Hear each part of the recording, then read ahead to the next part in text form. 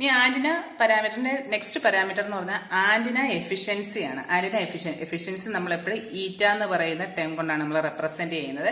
Efficiency എന്ന് പറഞ്ഞു കഴിഞ്ഞാൽ നമ്മൾ എത്രത്തോളം എനർജി നമ്മൾ കൊടുക്കുന്നുണ്ട്, അതിന്റെ എത്രത്തോളമാണ് നമുക്ക് ഔട്ട്പുട്ട് ആയിട്ട് കിട്ടുന്നത്. അതാണ് സാധാരണ രീതിയിൽ നമ്മൾ ഔട്ട്പുട്ട് ഡിവൈഡ് ബൈ ഇൻപുട്ട് എന്ന് പറയുന്ന ഇതിലാണ് നമ്മൾ എഫിഷ്യൻസി പറയുന്നത്. ആന്റിന എഫിഷ്യൻസി എന്ന് പറഞ്ഞു കഴിഞ്ഞാൽ the ratio of power radiated to the total input power supplied to the antenna. അപ്പൊ ആന്റിനയ്ക്ക് നമ്മൾ എത്രത്തോളം എനർജി നമ്മൾ സപ്ലൈ ചെയ്തിട്ടുണ്ട്, അതിൽ എത്രത്തോളം ആണ് നമ്മൾ പവർ റേഡിയേഷൻ വഴി നമുക്ക് കിട്ടുന്നത്, അതാണ് നമ്മുടെ ഈറ്റ എന്ന് പറയുന്നത്. Eta is equal to power radiated divided by total input power. അപ്പൊ നമുക്കറിയാം പവർ റേഡിയേറ്റഡ് നമ്മൾ റെപ്രസെന്റ് ചെയ്ത WR എന്നായിരുന്നു. ടോട്ടൽ പവർ WT എന്ന് പറയുമ്പോൾ ഇതിനകത്ത് എന്തായിരിക്കും, റേഡിയേഷൻ റെസിസ്റ്റൻസും ഉണ്ടായിരിക്കും, ലോസ് റെസിസ്റ്റൻസ്, അതായത് ഹീറ്റ് ലോസ് വഴിയൊക്കെ പോകുന്ന ലോസ് റെസിസ്റ്റൻസും ഉണ്ടായിരിക്കും. അപ്പൊ WR divide by WR plus WL എന്നാണ് നമ്മളിവിടെ എടുക്കുന്നത്.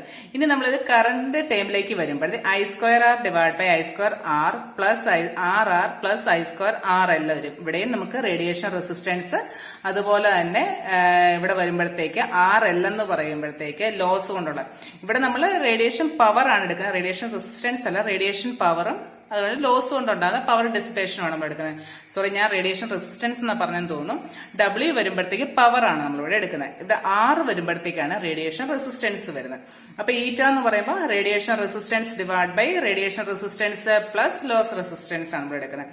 നമുക്കറിയാം ഈറ്റ എഫിഷ്യൻസി എപ്പോഴും നമ്മൾ പെർസെന്റേജിലാണ് പറയുന്നത്. സോ ഇൻറ്റു 100 കൊടുത്തു കഴിഞ്ഞാൽ ഇത് ഈറ്റ എഫിഷ്യൻസി പെർസെന്റേജിലേക്ക് നമുക്കിവിടെ വരും. നമ്മൾ കഴിഞ്ഞ ദിവസം പഠിച്ചതിനകത്ത് പവർ ഗെയിനും പഠിച്ചു, ഒരു ഡയറക്റ്റീവ് ഗെയിനും പഠിച്ചു. അതിനകത്ത് നമ്മൾ പറഞ്ഞായിരുന്നു ഈറ്റ ഈസ് ഈക്വൽ ടു 1 ആകുമ്പോൾ power gain is equal to directive gain. അതുപോലെ തന്നെ ഇവിടെ eta is equal to GP divide by GD. ഇങ്ങനെ ഒരു റേഷ്യോയും കൂടെ നമുക്കിവിടെ പഠിക്കാൻ വേണ്ടി വരും. അതുപോലെ ആന്റിന എഫിഷ്യൻസിയിൽ നമുക്കറിയാം കുറെ ലോസസ് ഉണ്ടാകുന്നത്. ഈ power dissipated by heat loss എന്നൊക്കെ നമ്മൾ പറയുന്ന കുറെ ലോസസ് ഉണ്ട്. ആ ലോസ് എന്ന് പറയുന്നത് എന്തൊക്കെയാണെന്നുള്ള കാര്യം, ഈ ലോസ് റെസിസ്റ്റൻസിനകത്ത് ഇൻക്ലൂഡഡ് ആയിട്ടുള്ള ലോസസ് എന്ന് പറഞ്ഞു കഴിഞ്ഞാൽ ഓമിക് ലോസ് ഉണ്ട്, അതായത് ആന്റിന കണ്ടക്ടറിന്റെ ഓമിക് ലോസസ് നമുക്ക് പറയാം. അതുപോലെ തന്നെ dielectric loss, I²R loss in power, അത് പവർ ലോസ് തന്നെയാണ് നമ്മളിവിടെ എടുക്കുക. ആന്റിനയും ഗ്രൗണ്ട് സിസ്റ്റം തമ്മിലുള്ള പവർ ലോസസ്, പിന്നെ അതുപോലെ എർത്ത് കണക്ഷൻസിൽ വരുന്ന ലോസസ് ഉണ്ട്. പിന്നെ ലാസ്റ്റ് വൺ എന്ന് പറഞ്ഞാൽ ലീക്കേജ് ലോസ് ഇൻ ഇൻസുലേഷൻ. ഈ 5 ലോസസ് ആണ് കൂടുതലായിട്ടും നമുക്ക് ആന്റിന എഫിഷ്യൻസിയെ അഫക്ട് ചെയ്യുന്നത്, അല്ലെ ആന്റിന എഫിഷ്യൻസിയിലെ ലോസ് റെസിസ്റ്റൻസിലുള്ളത്. നമുക്കിവിടെ പറയുന്നത് എന്താണെന്ന് വെച്ച് കഴിഞ്ഞാൽ ഇതിനകത്തൊരു എഫിഷ്യൻസിയുടെ ഒരു പോയിന്റ് ഉണ്ട്. Eta represents the fraction of total energy supplied to the antenna which converted into the EM waves.